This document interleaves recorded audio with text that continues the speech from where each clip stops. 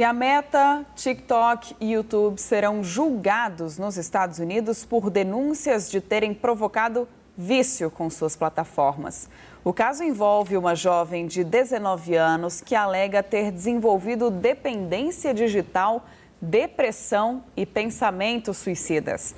O julgamento acontece no Tribunal Superior da Califórnia. Agora, para falar sobre os impactos das redes sociais na saúde mental dos jovens e como identificar os sinais, nós recebemos aqui o psicólogo Cristiano Nabuco, que é especialista em dependências digitais.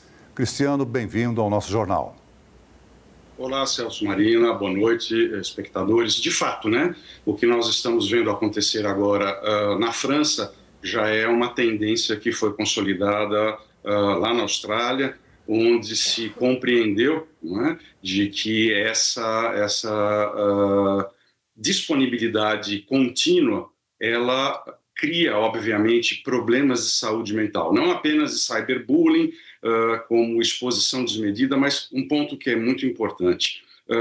Quando nós olhamos, de uma maneira ou de outra, para as gerações anteriores, nós tínhamos, obviamente, um núcleo, que era um núcleo de convívio, ou a escola, ou o trabalho, enfim. O que acontecia? Obviamente que nós tínhamos os nossos desafetos, tínhamos as nossas preferências, mas concluído aí o trabalho, concluído o meu nível escolar, eu seguia para outros momentos. Hoje em dia, o que acontece? Hoje em dia, todas as minhas dificuldades, as minhas vulnerabilidades, elas são amplificadas na internet. O que isso quer dizer? Quando eu pego uma rede social qualquer, eu vou ver uma quantidade imensa de pessoas que aparentemente divulgam os benefícios, as vantagens, experiências melhores. Então, isso faz com que o indivíduo, que obviamente pertence aí à pré-adolescência, adolescência, ele se sinta extremamente diminuído, fazendo então com que, na medida em que o tempo passe, essas pessoas, esses usuários, começam a colocar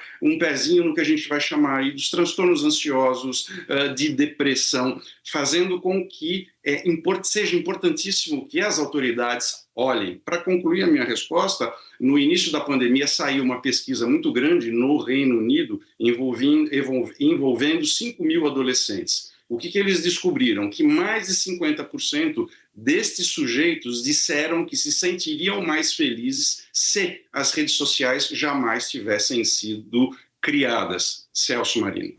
Cristiano, boa noite para você. Olha, eu queria entender até que ponto é saudável o uso das redes sociais. Eu digo porque eu acho que é muito difícil a gente entender que a gente está imerso num vício, E como identificar que, de fato, isso se torna, esse hábito de acessar as redes sociais, se torna uma dependência patológica? Até que ponto isso é saudável e quando a gente deve, e aí eu falo de adultos também, mas principalmente adolescentes, quando a gente deve buscar ajuda?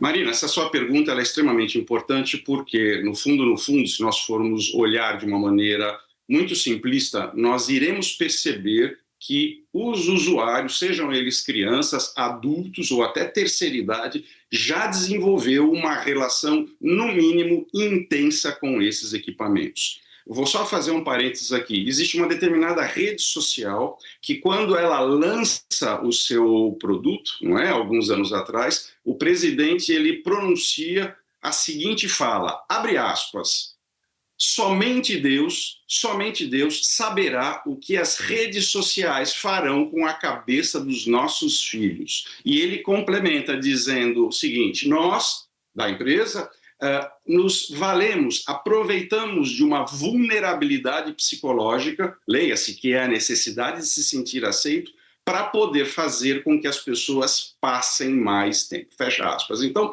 isso o que acontece, Marina? Isso acabou criando um efeito rebote onde estas empresas efetivamente sabem o que está sendo provocado. E muito pouco ou praticamente nada foi feito até hoje. Então, quando você me pergunta, Cristiano, mas afinal de contas, as pessoas estão dependentes ou não? Não precisa ir longe, Basta você pegar um elevador em um prédio comercial, que você vá do térreo até até o segundo andar, terceiro, você vai ver todo mundo pegando o telefone, saindo, não existe mais nenhum tipo de controle em metrôs, em ônibus, em aeroportos, em cinemas, em restaurantes.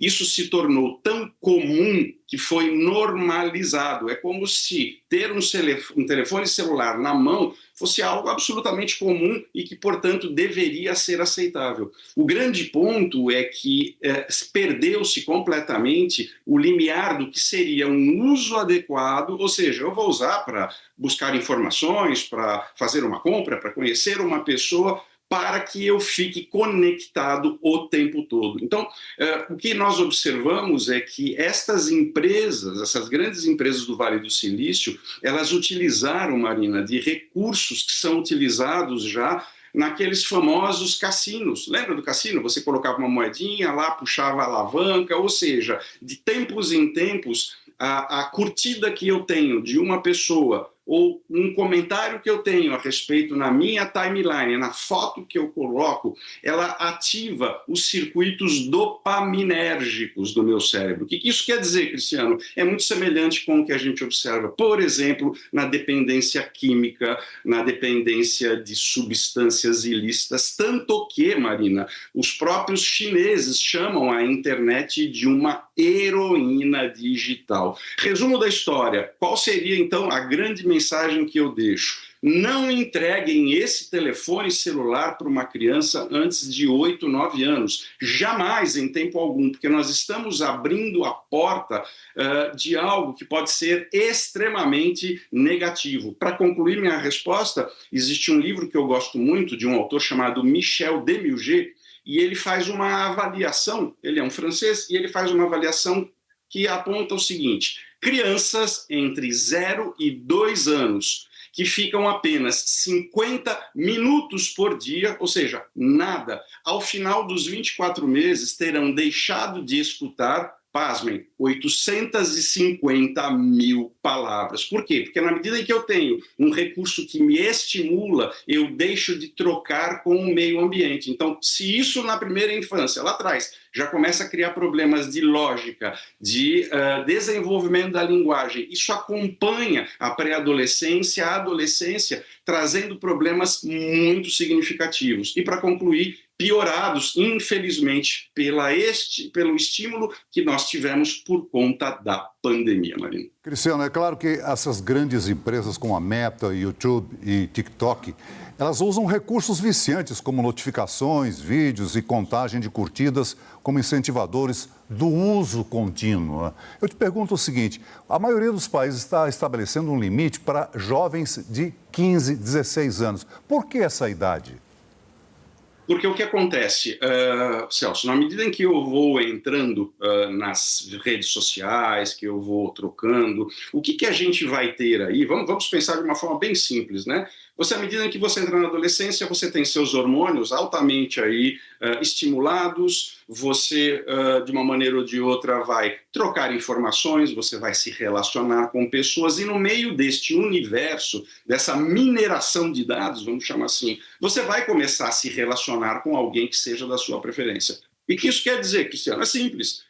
Num determinado momento, Celso, eu começo a partilhar a minha intimidade. O que isso quer dizer, Cristiano? Bom, eu começo a mostrar ou compartilhar fotos que eu não deveria.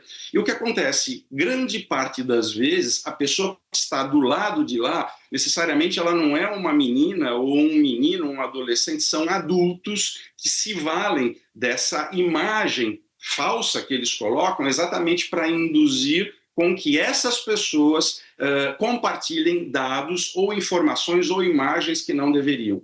A partir do momento em que essa foto, Celso, Marina, chega do lado de lá, esses perpetradores eles começam a exigir recurso econômico. Bom, mas um adolescente não tem recurso econômico, o que acontece? Simples, eu quero que você vá agora para frente de uma câmera, não é? E eu quero que você, por exemplo, tire a sua roupa. Não, mas veja bem, eu não vou... Vai, se você não tirar a roupa, eu vou jogar essa foto aqui na sua rede social. E seria muito bom, Celso, Marina, se as coisas terminassem aí, mas elas não terminam. Esses indivíduos que acabam transmitindo esse tipo de, vamos chamar assim, de assédio digital, eles acabam tendo, do lado de lá, assistindo esse show, aproximadamente 8 mil pessoas, 10 mil pessoas, e o que acontece? Na medida em que isso vai se agravando, esses perpetradores eles começam a sugerir que essas meninas, muitas vezes, se automutilem, que elas se furem, elas escrevam um nome com faca, ou seja, o que a gente tem visto, que seria um outro lado mais obscuro ainda da internet, e isso falo em nome da doutora Lisa Andréa, do NOAD, da Polícia Civil, que trabalha exatamente com isso,